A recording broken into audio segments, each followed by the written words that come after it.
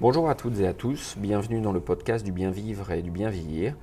Aujourd'hui, je reçois Martine Echinard, bénévole intervenante de l'association Emploi Nouvelle Donne. Merci Martine de me recevoir, je suis heureux de vous rencontrer. Alors on se connaît un petit peu de par votre activité de l'association parce que je fais aussi partie, je suis adhérent d'Emploi Nouvelle Donne et finalement vous m'avez d'une certaine manière accompagné vous aussi l'année dernière, notamment grâce à un coaching pour ma reconversion et ma spécialisation. Donc aujourd'hui je suis coach psycho-émotionnel des seniors et futurs seniors. Et de par mon activité, je souhaite mettre en lumière justement des personnes passionnées et passionnantes qui gravitent de près ou de loin autour des seniors ou des personnes qui prennent de l'âge. Et finalement, nous sommes tous concernés. Donc pour commencer, Martine, pouvez-vous en quelques mots vous présenter et nous expliquer exactement ce qu'est l'association Emploi Nouvelle Donne? Oui, volontiers, bonjour. L'association Emploi Nouvelle Donne existe depuis 25 ans et sur le secteur Pays Basque-Land. C'est la seule structure locale qui intervient sur l'accompagnement des cadres qui sont en mutation professionnelle, soit par choix, soit à la suite d'une rupture avec l'entreprise. Et elle intervient, son champ de compétences est d'environ 100 km autour du secteur Bayonne-Anglet-Biarritz. Voilà, et moi j'y suis arrivée en même temps qu'un retour à Bayonne il y a 4 ans. D'accord. Et vous avez, de mémoire, vous avez une forte expérience justement professionnelle, vous, en replacement, en ressources humaines d'une certaine manière, c'est ça, hein? Oui, alors le gros de mon activité s'est déroulé dans les services publics de l'emploi. Donc j'ai touché à peu près à tous les secteurs du dispositif de recherche d'emploi pendant toutes ces années. Donc j'ai un petit bagage qui me permet d'intervenir auprès de personnes qui sont en recherche d'emploi. Et si on fait un focus, on va dire, sur la structure de Emploi Nouvelle Donne ici, Pays Basque-Land, juste en quelques mots, combien de bénévoles intervenants ou de bénévoles s'occupent ou participent à Emploi Nouvelle Donne, et au final, combien finalement d'adhérents existent ou sont adhérents à Emploi Nouvelle Donne? Alors en bénévoles, nous sommes une dizaine, mais certains interviennent plutôt de loin. Enfin, quand je dis de loin, ça veut dire de façon très épisodique. En bénévoles actifs permanents, nous sommes 5. Et une partie de ces bénévoles sont retraités. Et une autre partie est composée de bénévoles en activité dans des entreprises locales. Et eux, donc, interviennent de façon un peu plus rare, mais sont quand même très présents sur le suivi des adhérents. Pour les adhérents, il y a un peu plus de 80 personnes qui adhèrent et renouvellent leur adhésion tous les ans. Parmi eux, il y a entre 20 et 30 adhérents actifs dans leur recherche d'emploi. Ce sont ceux que l'on rencontre au quotidien. Alors justement, rentrons un peu dans les détails. Est-ce que vous pouvez nous décrire un petit peu les services proposés par Emploi Nouvelle Donne, c'est-à-dire tout ce qui est suivi, bilan de compétences peut-être, reconversion ou simulation d'entretien, accompagnement? Alors l'accompagnement à Emploi Nouvelle Donne, il s'appuie sur un principe de mutualisation des informations sur le marché local, sur le tissu économique, sur notamment le transfrontalier, sur les modalités locales de recrutement. Et cela se manifeste par des regroupements hebdomadaires au cours desquels chaque adhérent va puiser dans le collectif la matière dont il a besoin pour atteindre son objectif d'emploi. Parallèlement, l'association, justement grâce à la présence de bénévoles, soit issus du secteur de la formation professionnelle ou des ressources humaines, soit en activité dans une entreprise, elle s'appuie donc sur une méthode et des outils qui sont déjà existants. On n'invente rien, mais on les a fortement adaptés et au public et au marché de l'emploi local. Alors justement, prenons un exemple. Est-ce que vous pourriez nous décrire un parcours type ou un accompagnement au sein de Emploi Nouvelle Donne, par exemple à partir du moment où un adhérent adhère ou vous contacte et au moment où il retrouve par exemple un emploi? Alors ce qui est assez représentatif des accompagnements récents, C'est un phénomène qui est lié aux épisodes épidémiques qu'on a traversés. Beaucoup de cadres qui arrivent d'Île-de-France, de régions parisiennes ou des grandes métropoles et qui mettent à profit cette période de réflexion pour modifier leur projet de vie ou leur projet professionnel. Donc ils nous arrivent avec des profils parfois peu adaptés aux attentes locales, trop pointus, trop qualifiés. Et à ce moment-là, l'accompagnement va consister à travailler avec eux sur un transfert de compétences. Et c'est vraiment le gros de l'activité. Transférer les compétences, les adapter au marché local, aux attentes des entreprises du Pays Basque et les accompagner sur le changement de posture. Ce travail, il bascule alors sur des actions plus individuelles, sous la forme d'ateliers, de simulations d'entretien, de valorisation des expériences professionnelles antérieures.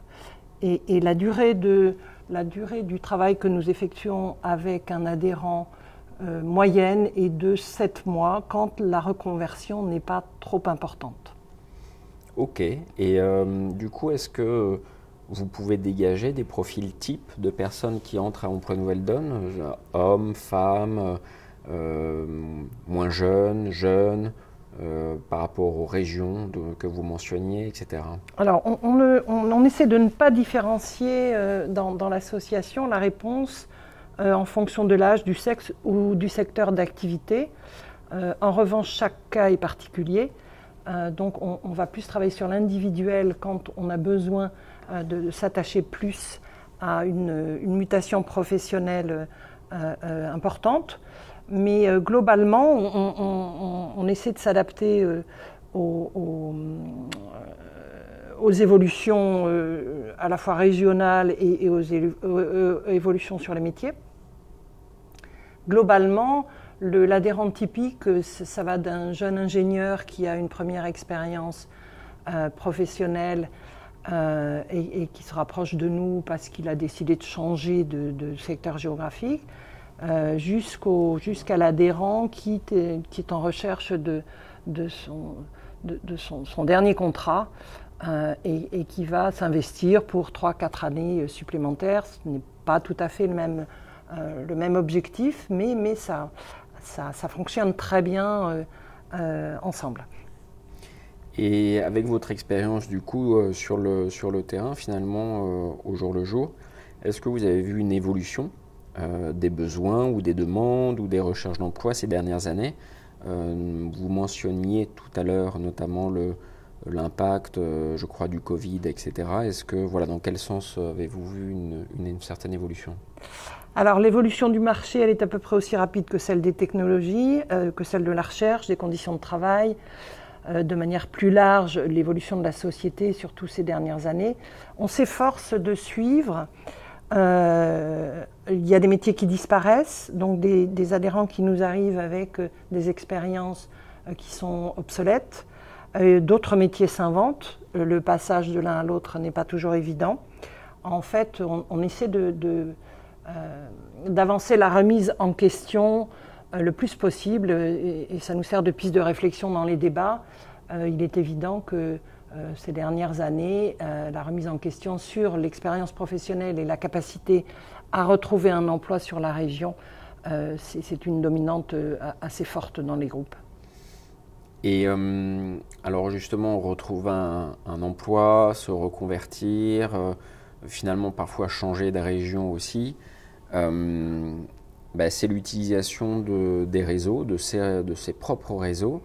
Alors parfois c'est un peu, on va dire, on a chacun un petit réseau, un réseau existant. Après il y a aussi un réseau à se créer.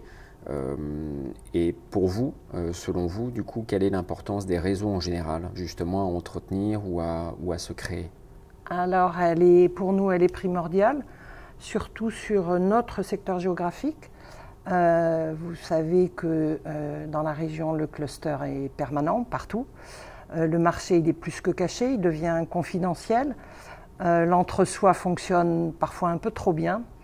Donc il est indispensable, et c'est ce qu'on conseille aux participants, il est indispensable d'être curieux, de fréquenter assidûment les groupements professionnels, les événements qui sont organisés autour des entreprises et de leurs dirigeants, y compris ici, en tout cas dans la région, sur les terrains de rugby ou sur les frontons de pelote basque.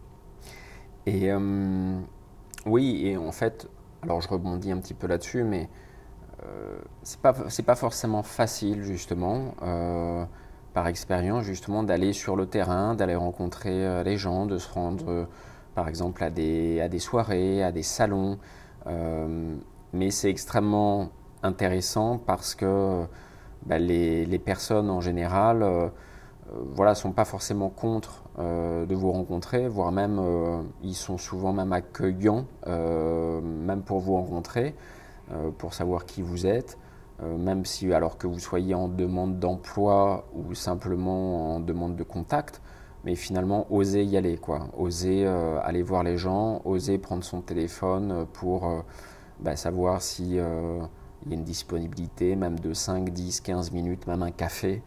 Voilà, c'est important parce que finalement, même si vous ne faites pas appel à telle ou telle personne tout de suite, peut-être qu'un jour, vous aurez besoin de cette personne-là et inversement, peut-être que ces personnes que vous rencontrez auront besoin de vous. Hein. C'est important ça.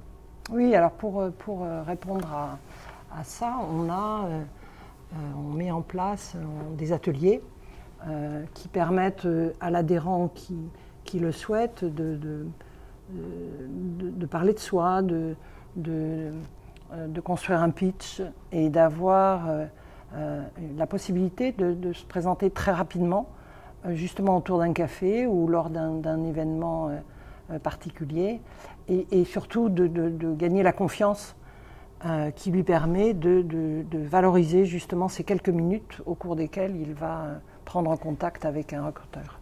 Je fais juste une petite parenthèse là-dessus. Parce que quand on dit justement de s'entraîner, de faire des simulations d'entretien ou parler de soi justement, même quand on a 50 ans, 55 ans, 60 ans même, quand on recherche un emploi justement, quand on est senior et pas encore retraité justement, c'est important aussi de le prendre en compte ça. Parce qu'on a beau avoir peut-être 20 ans, 25 ans, 30 ans, voire 35 ans d'expérience professionnelle. On a eu parfois des responsabilités, on a géré des équipes, on a parfois dirigé dans des entreprises, on a créé des entreprises, mais ce n'est pas pour autant qu'il n'est pas possible justement de se remettre en question, voire même d'apprendre encore, parce qu'on apprend à tout âge aussi. Et justement, quand on recherche un emploi, quand on veut se reconvertir, etc., même à l'aube de la retraite, c'est aussi l'occasion de se remettre en question, d'apprendre de nouvelles choses et finalement de s'adapter au marché local. Hein. Oui. Et justement, en parlant on va dire du contexte ou de la situation générale dans la société, j'imagine que vous faites parfois face à des personnes en souffrance, peut-être burn-out ou recherche d'emploi de longue durée ou justement reconversion. Dans quel état émotionnel rencontrez-vous les personnes qui font appel à vous, à Emploi Nouvelle Donne ? Alors ce qui est assez évident dans les profils qui nous arrivent, c'est la perte de confiance. Donc elle intervient notamment sur des personnes qui ont occupé des postes à responsabilité et qui n'ont plus la reconnaissance qu'ils avaient jusqu'alors. Il y a une perte de statut. Donc ces personnes sont fragilisées par un manque de confiance. C'est sans doute plus vrai quand l'expérience est forte, quand l'activité a été dominante dans la vie de l'adhérent et que brutalement il se trouve confronté à un vide qu'il n'avait pas prévu. C'est moins évident chez les jeunes parce qu'il y a cette volonté d'avancer, cette naïveté aussi dans la recherche de contact.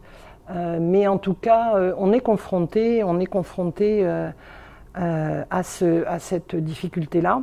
Alors, on gère les aspects psychologiques de la recherche dans la limite de nos compétences. On passe la main à des professionnels quand on est confronté à des problèmes en amont de l'emploi.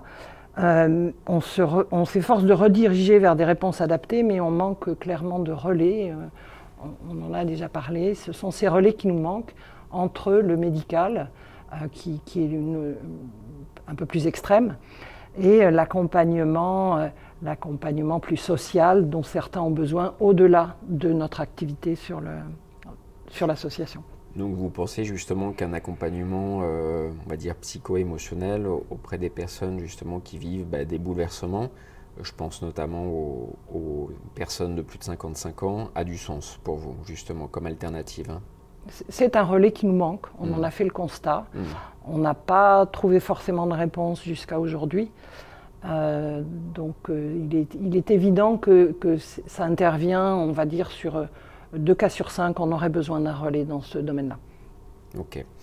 Et du coup, parmi justement les bénévoles de l'association, qui sont très actifs, beaucoup ont plus de 50 ans, voire une bonne soixantaine d'années. Comment est-ce que vous expliquez justement cette volonté de mettre à profit vos expériences diverses au service des autres personnes justement à votre âge, cette volonté justement d'avancer, d'aider les autres, les jeunes ou les moins jeunes justement, et finalement de rester, c'est une manière peut-être pour vous, peut-être vous allez me le dire, de rester active et actif. Alors ce qui caractérise les bénévoles, en tout cas sur cette association, c'est un fort désir de transmission, ce qui est le signe le plus souvent que sont des personnes qui ont aimé le métier qu'ils ont pratiqué et qui souhaitent le transmettre. Donc ça, c'est je crois, une des motivations principales qui fait que, une fois qu'on a cessé son activité professionnelle, on continue. Et puis pour la plupart, ils ont géré l'humain. Et c'est une expérience, lorsqu'elle est réussie, qui est une source de gratification. Et donc ce sont des personnes qui ont besoin de ce contact humain, d'une part, et d'autre part, qui souhaitent mettre à profit leur expérience de la vie et de leur profession pour faire avancer d'autres personnes. Et finalement, si je vous écoute bien, c'est aussi une question d'utilité, hein, de sens. Et vous qui finalement êtes toujours en activité d'une certaine manière à votre âge, quel est pour vous le sens du mot retraite? Alors pour moi, c'est très personnel, mais en tout cas c'est la reconnaissance des valeurs qui ont traversé le temps et qui ont conservé leur sens. C'est une période de recul, de constat et aussi de tri. Voilà. Et on garde de toute cette expérience de vie et professionnelle, on garde les valeurs qui ont traversé le temps. Et puis c'est aussi une présence très forte et très confortable de la notion du temps et de l'activité qui sont juste choisis et non plus imposés. C'est vraiment un choix d'activité, choix de vie, et encore une fois, voilà, utilité, sens, quel sens donner justement aux semaines qui passent, aux mois qui passent, et quel bénéfice finalement, quel avantage en retirer aussi. C'est ça, et puis ce qui nous lie tous aussi, c'est ce besoin d'aller vers l'autre, d'écouter l'autre, de l'entendre, et le cas échéant de l'accompagner dans ses activités. Dernière question, Martine, du coup, comment, si quelqu'un justement souhaite avoir plus d'informations sur l'association, souhaite contacter un bénévole ou faire partie tout simplement de l'association Emploi Nouvelle Donne et finalement commencer à être accompagné, comment on peut s'y prendre? Alors il suffit de saisir dans un moteur de recherche sur Internet Emploi Nouvelle Donne Pays Basque et là on est dirigé sur le site qui explique de façon très précise et très pratique comment prendre contact avec suivi d'effet ou pas, mais en tout cas un premier contact. Parfait. Merci beaucoup, Martine Echinard, bénévole intervenante à Emploi Nouvelle Donne. Et voilà, en tout cas, merci pour votre temps, votre sincérité, votre authenticité. Et je vous dis à très bientôt. À très bientôt. Merci, au revoir.